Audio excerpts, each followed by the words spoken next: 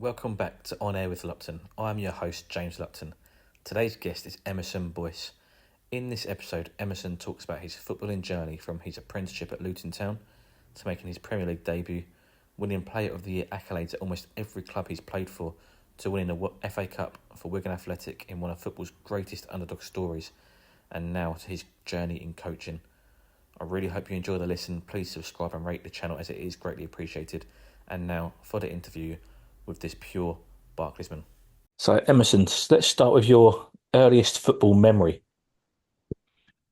My earliest football memory. I was playing for Aylesbury United. It's my local town. I was 10 years old.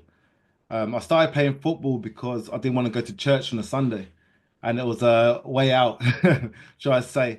Steve Greenhalgh was a fantastic coach at the time. I say I was 10 years old, and I scored. I remember scoring in training, and he's like, "Yep, we're gonna take you." I was a striker in them days, and I really enjoyed it. My family's from Barbados, so cricket was the main sport. And yeah, that's how I got into football, really, because I didn't want to go to church. So yeah, so then I went to Aylesbury United, and the journey started from there. You mentioned obviously cricket, obviously it's what your family sort of want you to go into. It's almost your country's main sport over there in Barbados. But in school, you was a very successful athlete. You broke records on athletics for the school. Why did you never pursue athletics? Um, to be honest, it was a bit too slow for me. The days were long.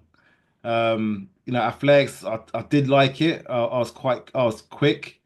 And I suppose the disappointing thing about it, I didn't really take it too serious.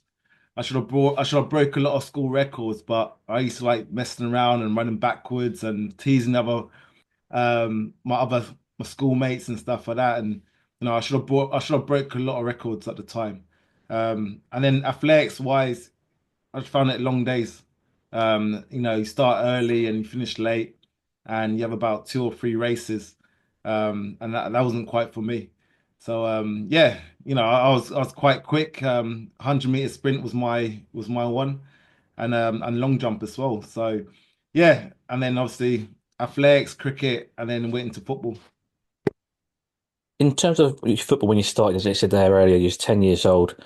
Was there the cockiness like you had in the athletics when you was running backwards, things like that? Did you have that in the football where you felt that you was not necessarily better than everybody else, but where you knew you had something a bit about you? I was taller than everybody else. I was one of them kids that I'm sure a lot of parents would have asked, to check the passport. I was very, very tall. And my teammates used to take the mick out of me because I was quite leggy. Um, but yeah, no, it was just one of them sports that I took to. I wanted to learn. It came quite naturally, and I enjoyed it. And yeah, it was yeah, exactly as I say before. I just didn't want to go to church. That's what I got into football. And once I got into football, my heroes were Ian Wright. Watching the Arsenal teams back in the day, David Rocastle, Paul Davis, fantastic players. And Cafu was my main one, the Brazilian Cafu. So yeah, that's how I got into football. I wanted to learn, I wanted to progress. I never dreamt or dreamed that it would have gone as far as I did, but it was a distant dream. And like many kids back in the day, you watch Match of the Day, you watch the FA Cup final, you dream it's you. You go down to the local park, put your jumpers down, and then pretend you're scoring a winning goal and lifting the trophy. And who would imagine years and years later, my dream come turn to reality. So yeah, it was yeah, special time. Um, fast forward into the future, but you know, early memories was fantastic down the park at Elmer's Elmer's Park it was, yeah. And you mentioned earlier, 10 years old, you started off as a striker, like your hero, Ian Wright, the goal scorer. But you mentioned your coach, Steve Greenhalgh, and he was the man who said, hang on a minute, Emerson, we'll put you in defence. You can really make it here. You could do a job here for us. How much, I think you was a bit annoyed to start with because you wanted to stay striker. But talk to me about when you realised actually the potential you had. I don't know if you started off at full back or as centre half. But when you see that Steve Greenhalgh's words were coming true and coming into play, really. Um, at the time, no, and I use this message quite a lot when I'm coaching, and especially coaching to younger kids. Sometimes you have to listen to your coach. We all want to be, you know, well, not all, but most people time you want to be goal scorers and attacking players, etc., etc. I was scoring a lot of goals for Ellsbury United at the time, and I think I was about 13, 14, and he said to me, I think you should try defense. And I'm looking at him thinking, I'm scoring goals. I'm quicker than everybody else, taller than everybody else. And just say when he kept putting me in defense, I wasn't really talking to him as much as I used to. Great credit to him, from 10, 11 years old, if it wasn't for him, I wouldn't have made it. My parents were working and he came and took me to training quite a lot, took me to games. So I owe him a lot. He changed my position to defender, um, not to the odd game.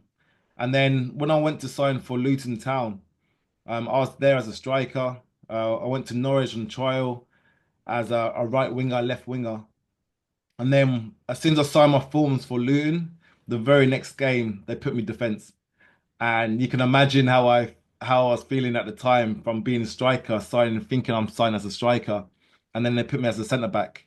And I was they said to me I was quick. I didn't head the ball. I wasn't the bravest in tackles. So the makeup of centre back wasn't quite there in my younger days, but I was quick and I was taller than everybody else, and they saw that as a potential. So yeah, listen to your coaches. When did you realise that, when you was obviously you mentioned there Luton Town you signed for, I don't know how old you were, but you went for the youth ranks and you're successful as well there. You got to the semi-final of the FA Youth Cup. And then from there you also got called into the first team at Luton Town.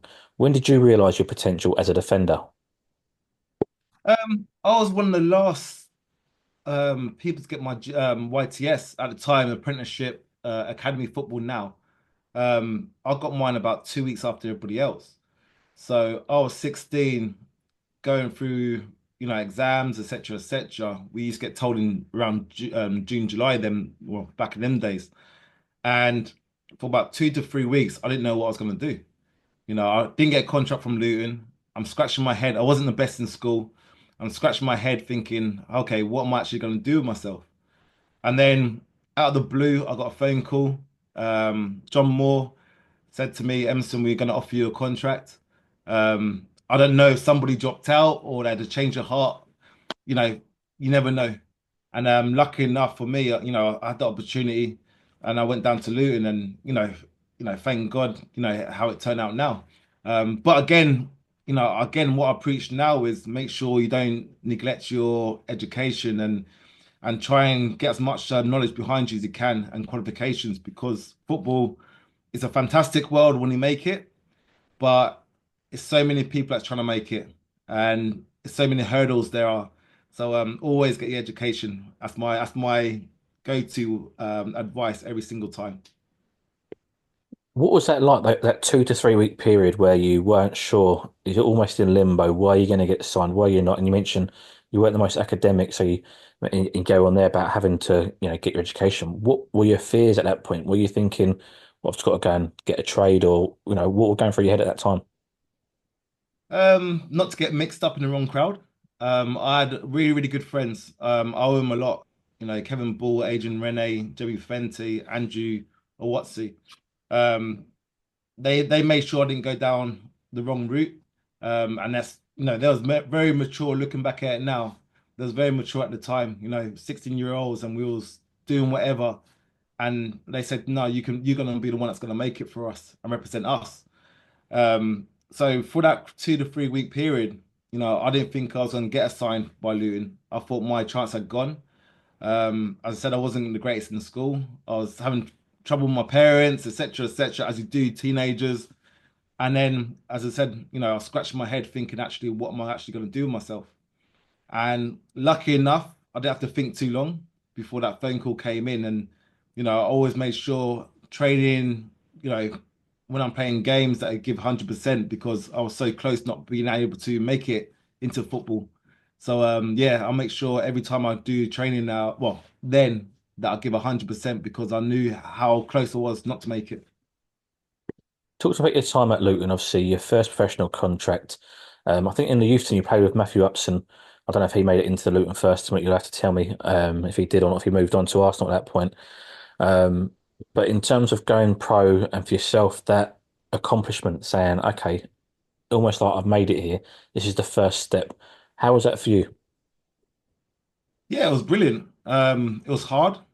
Um, it's changed a lot now how the academies and YTS back in my day when we were growing up.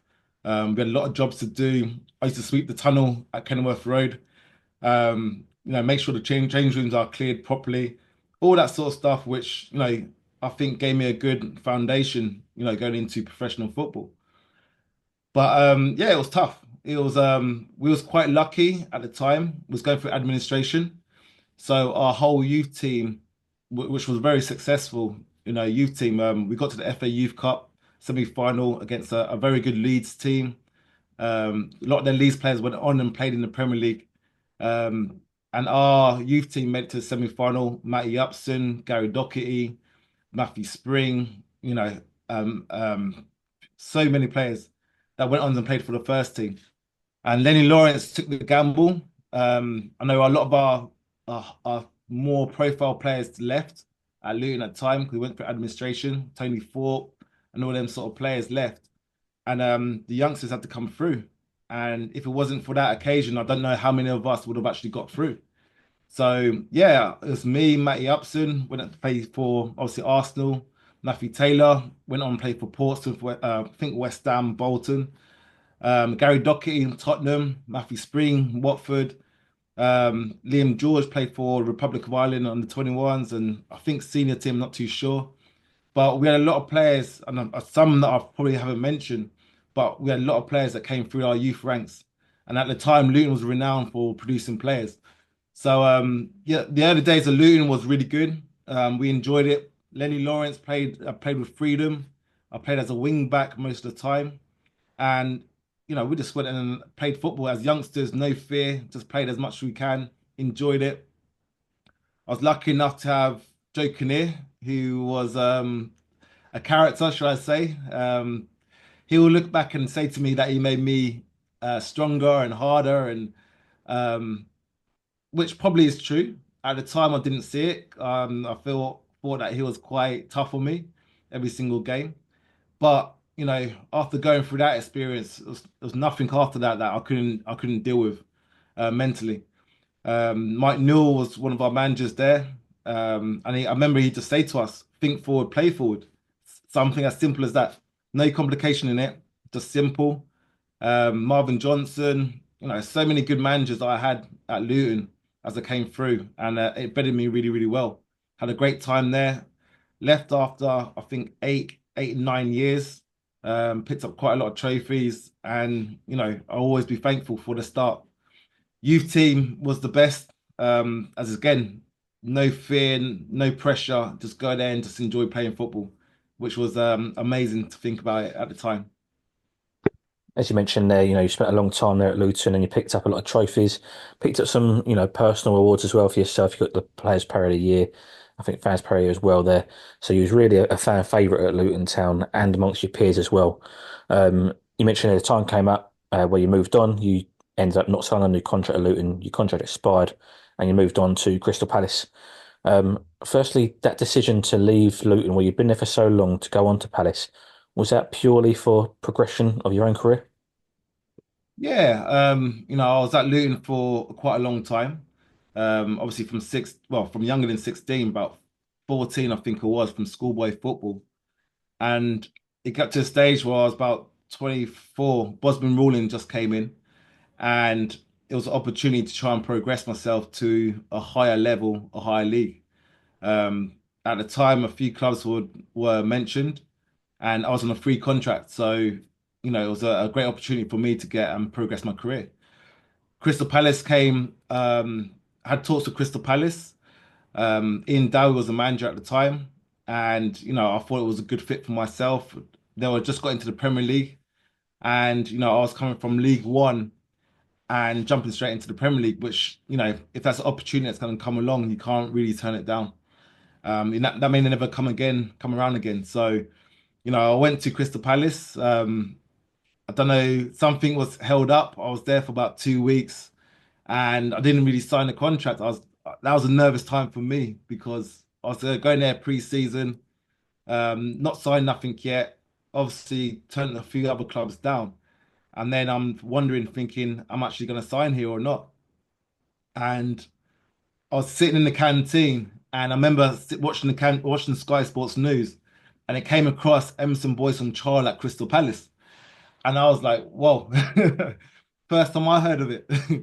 So, so I was quite nervous at the time, not knowing what actually my future held. And football is such a lucky game.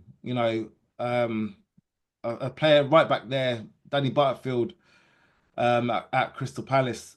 Played right back, I think it was player of the year for the last 2 years in a row, hardly missed a game. And then just a week before the season started, he'd done his hamstring. And Ian Dowie said to me, Emerson, are you ready to play? And I'm like, of course, So at the time, I wasn't under contract. Then I signed a small contract, should I say, but the opportunity was too good to turn down. So, and then I played Norwich first game of the season, and yeah, it was a good debut, decent rate, this a decent enough game.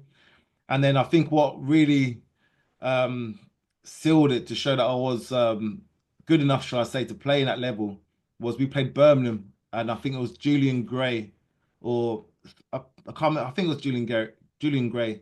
It was Crystal Palace Player of the Year before, and it was like a cult hero, etc., etc. And I was one-on-one against him for the whole game, and I'd done really, really well against him. And I remember Ian Dowie coming over to me after the game and said, Boyce, you showed how good you are. You've got a good career ahead of you. You mentioned there the Norwich game, your Premier League debut, 14th of August 2004. What was the emotion like for you, before that, pre-match? I don't know if you was in a coach there or if you're in the dressing room, walking out onto that pitch before the first whistle. What was that all like for you, soaking all that atmosphere in? Pinching myself, it was a dream come true. Bearing in mind a couple of months before I was playing League One, then not knowing if I'm actually gonna sign a contract, then being told like a couple of weeks before, you know what, boys, you're gonna be playing now, and then actually had my name on the team sheet to start in the game, and it was I think it went so quickly that I had no time to actually think about it, and then I was on the pitch and it was so quick. I can remember being so quick. I remember Darren Huckabee, I'm sure he was a Norwich player at the time. And I remember him just kept running at me, running at me, running at me. And I thought, whoa, you know what I mean? So, but yeah, no, then actually after the game, speaking to my family, speaking to my friends, watching it on Match of the Day, that's when it really sunk in. And I actually thought, you know what? I've got a great opportunity here. I've got to take it with both hands. What's that like when obviously you've grown up watching Match of the Day, you're watching your idols like Ian Wright and Rocky Rocastle, and now all of a sudden you're watching yourself on Match of the Day. What is that like? How crazy is that? Surreal. I think, when you're a kid and you're watching Match of the Day, it seems like a million miles away that you can never get to. When you're in League One, League Two, exactly the same feeling again. You're playing professionally, but the reality of all is that's the Premier League. That's miles away. I want to be there, but there's no easy pathway to get there. Then suddenly you're playing in the Premier League, watch yourself on the TV, hoping that you're not making a mistake. That's the first and foremost. Your friend's gonna be ringing you up and say Boise and people laugh at you, etc., etc. But no, it's fantastic, fantastic feeling. Something that I always you dream of being on TV, full stop, and then to actually do something that you love, and we got a good result on the day, and then obviously people cheering your name and calling in and saying to you, "Well done," and everything like that. It was yeah, fantastic feeling. Another club there, Crystal Palace, again, Player of the Year awards. Yeah, again, you became a fan favourite at another club like Luton. How much do those personal awards mean to you? The fact that you're a standout according to your teammates and your fans. Yeah, it's amazing. I think as a player. you always want to be acknowledged by your fans, and you always want to leave something that, you want to do something good. And just like all my clubs I've been at, I've been very fortunate, been lucky enough to for them to acknowledge me and say, do you know what, your hard work that you put in, we rate you in as a player. I think every single player wants some sort of acknowledgement. And then when you want to go back to your old club, they remember good things about you. But yeah, for me, personal awards are fantastic to look back on it now. At the time, you don't really, don't really take it too much because it's a team sport, and you don't want to be shown as being too selfish. But when you retire and you sit back and look at the awards that you got, and bring back all the good memories and the good times you had at these clubs, and what people think of you is a special feeling.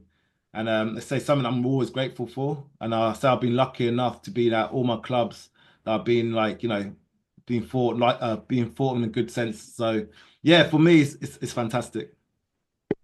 One thing I always ask all footballers that I interview, do you have any pre-match rituals or superstitions? Yeah, I'll probably change every time I win. I keep it. Every time I lose, I change it around.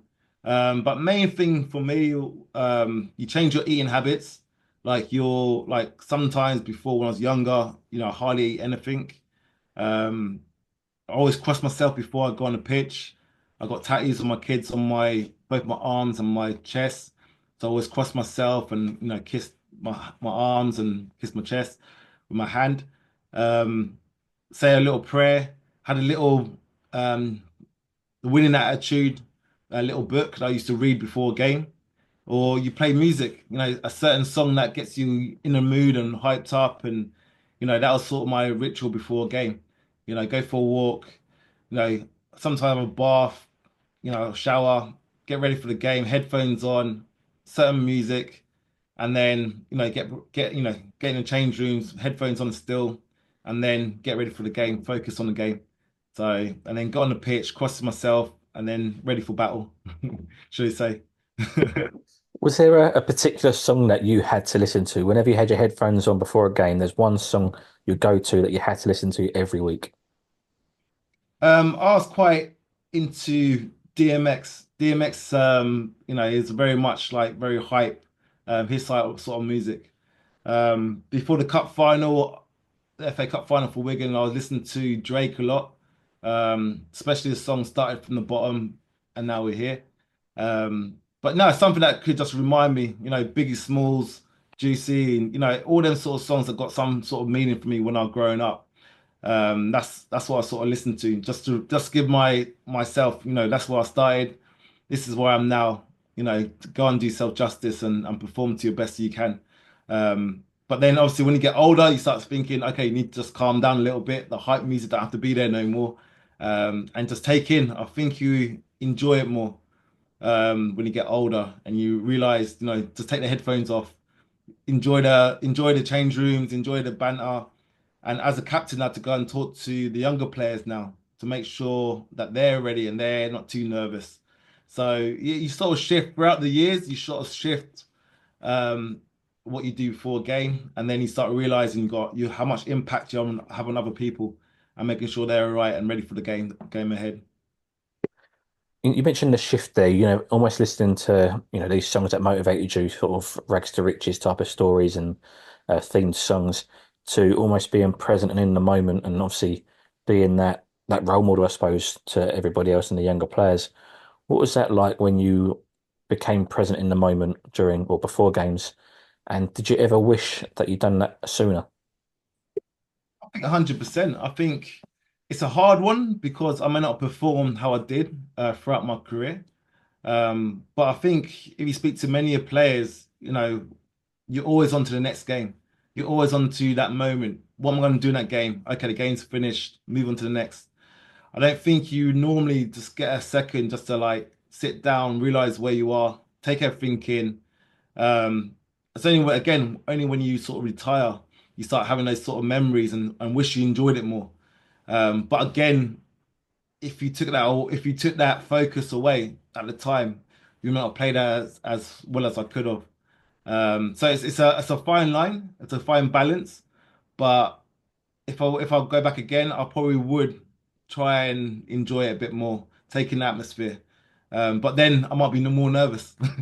So it's a fine line which works for you. And again, it's a trial and error.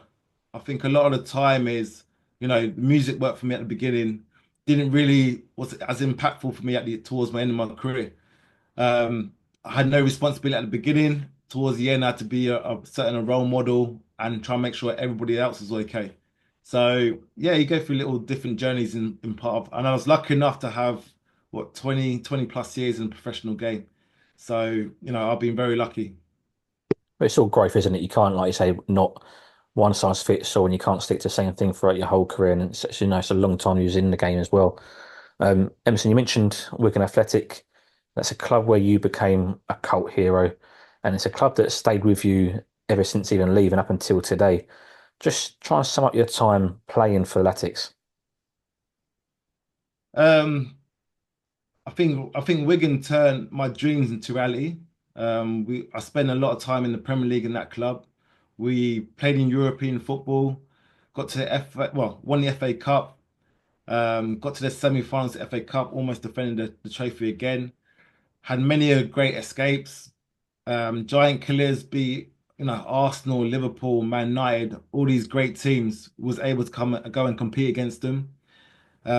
Again, had a great manager, Roberto Martinez. Paul Jewell, who brought me to Wigan originally.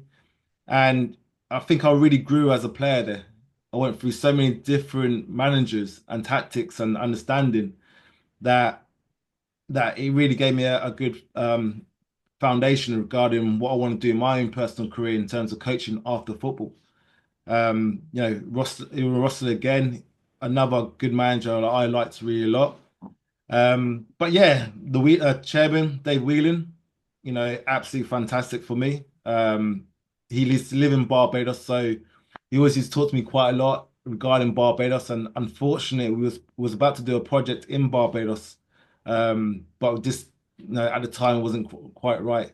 Um, but yeah, from my time, the fans, players, so many different cultures, so many different experiences. It's always going to be a place that's close to my heart. And you know, I was there for 9 years, and the fans have been absolutely amazing for me. Mentioned the FA Cup win, I think it was 2013. It's got to be one of the greatest footballing underdog stories, and you was captain that day as well. Just, I mentioned a lot about emotions and feelings at certain points of your career. What was that feeling like when that final whistle blew, and then when you lifted that trophy?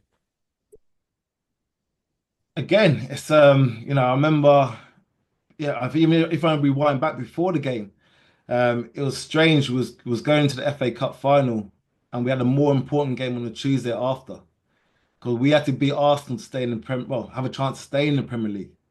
So going into the FA Cup final, I think it was the first time it had been moved to in within the season. So normally it's at the end of the season, but for some reason that year it got moved forward a week or 2 weeks before. And I just remember looking around the whole change rooms at the time, and I'm thinking, do you know what? There's no nerves. Everybody's confident. Did I think we was going to win the cup? Nah, not at all. But I thought we would have a good go. And when we played the game, as the minutes were going on, was getting more and more confident. We played our game. Roberto Martinez just said, "Play with no fear. Just go and express yourself." David Wheeling came in the change rooms, and obviously his last game for Blackburn, I think it was, like he broke his leg and got stretched off at Wembley. So for him to take his own club to Wembley was a massive, massive achievement for him. And I remember playing the game, and then when Zabaleta got sent off, looking at the clock, thinking, "Hold on, we got a great chance here." Then Ben Watson, he had been injured throughout the whole season, and he came on a sub and stuff of fairy tales, come on and scored a winning goal. And then when that final whistle went, you sort of like stand still, like everything freezes, and you're like, "Hold on, we just won the FA Cup here." And I remember walking up those famous stairs, and you're looking around to see a sea of blue. You're looking around and trying to pinch yourself to say, all those flashbacks from when you was little, playing in the park, Alfred Rose Park for me. putting your jumpers down, winning, scoring that winning goal, celebrating, and now walking up the stairs, lifting his famous trophy, and for Wigan as well, and for everybody in Aylesbury, etc., and Barbados as well. It was an amazing, amazing feeling, amazing, amazing achievement for the club. Something that's been put down in their history, and something that people remember us for today. So excellent, excellent feeling. Again, never get tired of talking about it. And I remember celebrating in front of our fans, and I see my brothers there, and I remember just shouting to them, this is what dreams are made of, and holding that trophy up. So yeah, a fantastic feeling. Absolutely. I don't know if you see the viral trend that went around recently on social media, but it was a trend called the Barclaysman, and it was basically all this nostalgic Premier League football from around about the mid 2000s, from when you was playing. And a lot of people felt if you was to build a team of Barclaysmen, you would slot in at right back. You was one of these names that was flying around on social media. How does that make you feel knowing that when people think of the Premier League and nostalgia and these footballers that stood out as cult heroes who play for teams that they may not have supported themselves, and you're the one that stood out for them in that position? No, for me, to hear that and to be acknowledged, and there's some fantastic players in the Premier League and over the years. But it goes to show if you give everything and put 100% into every game that you can and be yourself, then you never know what it can who inspires other people to vote for you. So for me, yeah, to be acknowledged or to be put into that team, there's how many fantastic, fantastic players ahead of me. Technically, I wasn't the best, but I just gave everything as I could. So yeah, yeah, nice to hear. Proud moment. But yeah, I know there's loads and loads of players ahead of me, talent wise. So, but yeah, nice to hear that. We spoke about your club career. There's a few other clubs you was at as well after. So I want to talk about your international career quickly. Barbados, you represented 12 caps, 3 goals. How did it feel to represent the country? Yeah, no, it was I wasn't born there. Both my parents were born in Barbados, and I've got a close attachment to Barbados as a whole. Used to go there every year as a kid. And then the opportunity came along to represent Barbados. Um, I started having a team there, Beijing Elite. I wanted to try and give back something to the country, and to represent Barbados, to capture them. I should have played more games, but the calendar wasn't aligned. So every time Barbados had a game, obviously Wigan had a game or Crystal Palace. So it was very difficult, obviously, to choose Barbados over my club. But yeah, to play for him, to score goals, and to lead the country is an amazing feeling, and something that I'm very, very proud of. And again, when we won the FA Cup, I had the Barbados flag on me, and it went all around Barbados. They gave me an award, the Jubilee Award. So it's yeah, it's a nice little honor, and it's still filling me to the pride to this day. How different was it playing international football to club football, from the camps to the matches? Because from outside, I look at it and think, well, this team have got to try and gel in such a short space of time over a matter of, a couple of weeks potentially to then go out and perform in a game.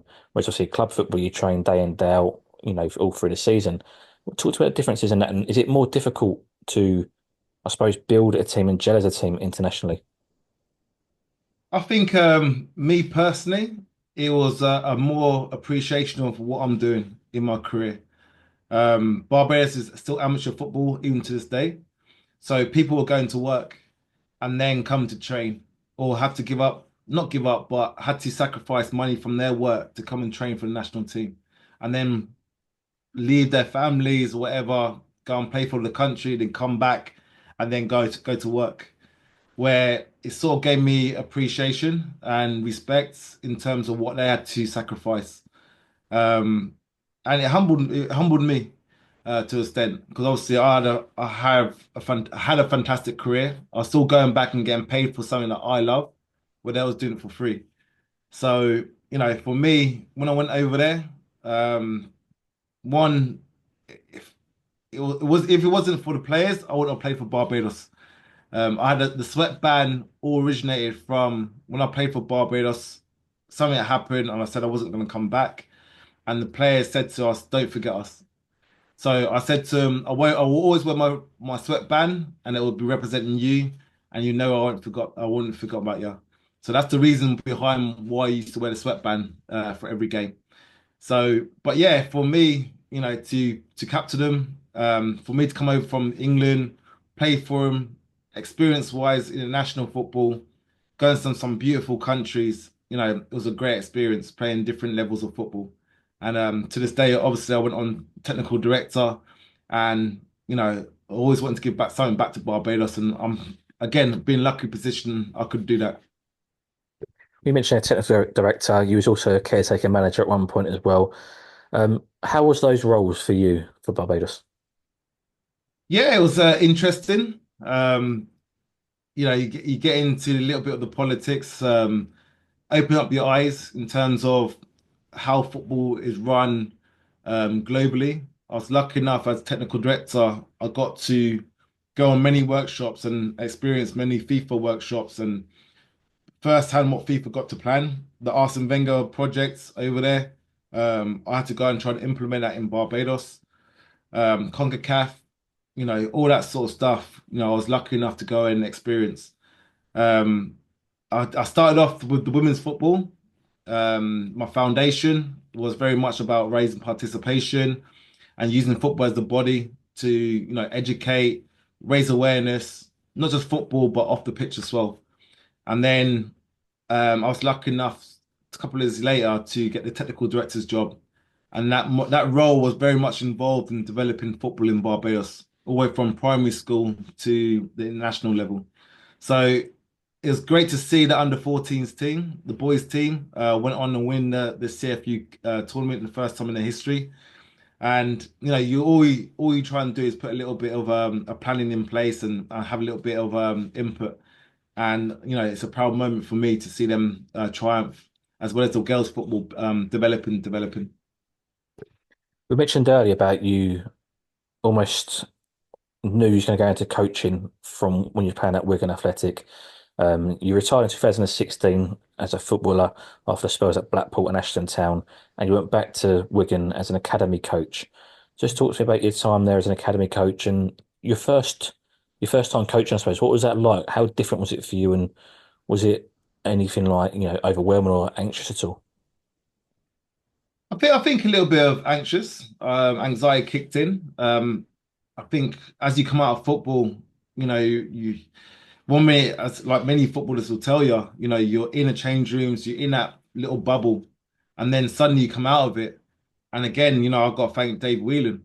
He helped me a lot, especially that period when I wasn't in football and I was at home, wasn't doing much. And he made sure that he kept me active. He kept talking to me, ringing me up, see how I was, and said, Boyce, whatever you do, don't just sit around. Make sure you get active. Go and get your badges. And that's what I went and done. I think when I went to Wigan as the academy coach, it was something new. Suddenly I'm coming out of my comfort zone because as a player, you can do it yourself. But now I try and explain it to the younger players now, one, what's it like to play at the highest level? And two, the basics of everything, making sure you do everything, the basics first, and then everything on top. And then understanding the structure. Obviously the club's got its own philosophy of how he wants to play, and it's trying to like understand, develop, humble yourself sometimes because you think you know more than most because you play at a certain level, and then trying to input to the younger players. I was quite lucky. A lot of the players now from when I coached under 16 have gone and made it into the first team, or been sold on. So they had a really, really good youth team at the time. And it's great to see so many players went on and made it professionally. And fast forward to today, you're currently managing Wigan Athletic ladies team. Again, still with Wigan Athletic, still a big connection there for you. And it's their first season since forming as a team. And at the time of recording this, undefeated, perfect record. You've won every game so far. Congratulations, you're on a great run. Ellie Cleary up front scored a bag full of goals almost every game. It's almost a surprise when she doesn't score a hat trick in a game these days. Just talk to me about that and managing the women's team from your experiences, as an academy coach and with Wigan, with Barbados, and now with Wigan Ladies. Yeah, the opportunity came up. I was living in Barbados for 2.5 years, and it was time for me to come back home. I got my kids here, and the opportunity came up at Wigan, where there's a manager's position going on. I got in contact with the club saying, I want to come back and, I want to come and try to help. It's the first time in their history that they're putting together a women's team. And again, for me, it's just giving back. And, I got a great head coach there, Martin Fitzgerald. He's good coaching staff. And then obviously, as you said before, Ellie Cleary gets the plaudits. But there's so many players there that are being absolutely fantastic, and I can name each and every one of them. It's a new team put together. We've had a great run. We beat the league leaders a couple of weeks ago, and that's a big statement for us. Putting a new team together, everybody from different backgrounds, and gelling as a team. So many more things to come. At the moment, it's exciting. The chairman's backed it. He wants it to progress. And we got a new home that we're going to go move into soon, Oral. So it's the future looks really, really bright for female football from the club side of it. So exciting times ahead. I'm just happy I'll be doing my part at the beginning. I don't know how long I'll be there for, but to put that first stone in place, making sure the team has a good start. It's a fantastic feeling. And the second part of it is we get so many fans come down and watch the games. So, again, a great credit to the fans that not just worried about the men's team and the higher leagues, but they're coming all the way down and and support the female players, which is fantastic. Absolutely. And you mentioned there, obviously, you're still waiting, again, at time of recording, to go into your home ground at Oral. So that meant the first home game was at the DW Stadium. Was that almost like a full circle moment for you from playing there at 9 years to then be coaching there with the ladies team in their first home game? Yeah, I left Wigan under a little bit of cloud. I remember coming back there playing for Blackpool, and I remember coming on a sub, and the whole stadium stood up and clapped me and applauded and called my name, which was for me a closing chapter because I was hurt at the time how I left Wigan. And then now managing the women's team, again, the chairman absolutely been absolutely fantastic, letting the women's team play at the DW Stadium, the Brick Stadium. And we had a fantastic game, won 4-1. And yeah, it was a great feeling to actually look around, be on the pitch again, take in the atmosphere. Fans came and watched. Yeah, it was like a full circle for me. And more importantly, to see where the club's developing and going, both on the men's and women's side, is great to see. And I'm just saying, I have to be part of it. You mentioned the chairman's back in the women's team, and it's a very young team. There's a few girls in there, in their late teens, 16, 17 years old, and they're on, as I say, a great run. It's a very successful team as it stands. What is the vision? What does the chairman want from this women's team? Is the end goal the WSL, the Women's Super League? However long it may take to get there, but is that the end goal for them? I think 100%. I think if you went back all those years ago and you can ask any Wigan fan, the dream of the chairman at the time was have the men's team to play in the Premier League. And everybody probably have thought, no, it can't be done. I think the chairman now is thinking, do you know what? Why not? End day that if he's backing it, and we're in the lower leagues now, and this is the backing he's giving us, then if we can continue progressing and going the right way, then I'm more than sure, Wigan Athletic women's will make it all the way to the top. It's great, got a great structure. The vision is very clear where he wants it to go. So yeah, it's exciting times. And again, we started very late in pre-season. It's a very young team, but we wanted it to be a young team in terms of just understanding the football side of it. It's still a development program. And our job now is to make sure that they don't just believe this is how football is at the lower levels. Because keeping them feet on the ground, they've been given a lot. As I say, not many players go and experience a playing in the stadium, especially in the female game. And the fact that they've done it in so young in their career, we got to make sure that they know it's not a normal and it's a special moment for them that they should enjoy. So the vision's very clear. I'm happy to be a part of it, and may our long undefeated run continue, and hopefully we can get promoted. Absolutely. And you mentioned it's got the backing from the chairman, and you also touched on it earlier. It's also got the backing of the fans as well. Like that first game at the stadium, there was big numbers there. You sold out almost, well, say sold out, was tickets were free, but almost the whole stand was there, filled up to the rafters. What's that like to see the fans come out and really buy into it as well? I think that's just typical Wigan fans. The fact of the matter is that, they did come down and support the women's team. They did come to the stadium. They cheered their names. Everything that you could dream of as a young player in the female game. This was what's happening at Wigan at the moment. So again, credit to the chairman, credit to the fans that are coming out. We go and play away games, and there's certain supporters that are always at away games. And this is, they take it out there Sunday afternoon, come down, support the girls, and it's really, really appreciated by the players, the staff, the club, and the whole. So yeah, if this is where it's starting, may it continue, and hopefully we can see it progress, and the fairy tale can come to a magical end, shall we say, and make it to the top level. Emerson, you mentioned there about, the fans were cheering the girls' names when it was read out on the tannoy and things like that. That give me goosebumps. How did you manage to control the girls' emotions and the women's emotions? Yeah, it was a hard one because you want them to enjoy the day. But you just have to make sure that they're focused on the game. First time a lot of the players will have stepped into a stadium.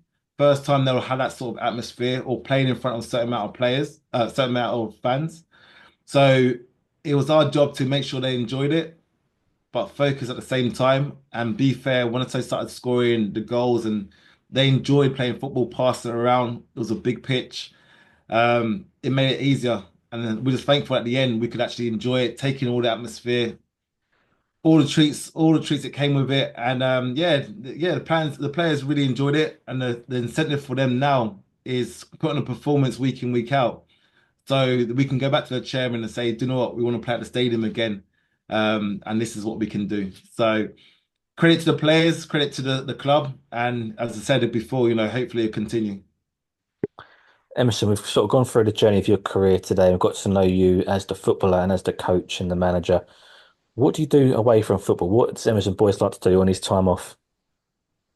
Well, I spend a lot of family time. I've got my kids, my partner. But yeah, obviously I've been away back and forth traveling quite a lot. So it's nice to just settle down and be in one place for a while. My kids are growing, and it's just being spending family time. That's what I enjoy most. Get restless now and then, because obviously I've been very active for the last 4 years, very much involved in football. And, you know, it's just a case of like enjoying life, appreciating it, and then appreciating people around you. So that's what I tend to do. Try and get to the gym now and then, but mainly just chill out, relax, enjoy the moment. One thing I read on your Wikipedia page when I was doing my research for this interview, I don't know if this is true or not, so I'm going to ask you. It says you're a beekeeper. A bee? A Nah, beekeeper? No? nothing, nah, nothing to do with that. I like honey for sure, but nah, nothing to do with that. Emerson, in terms of the future, you mentioned earlier, you don't know how long you'll be with the Wigan ladies for.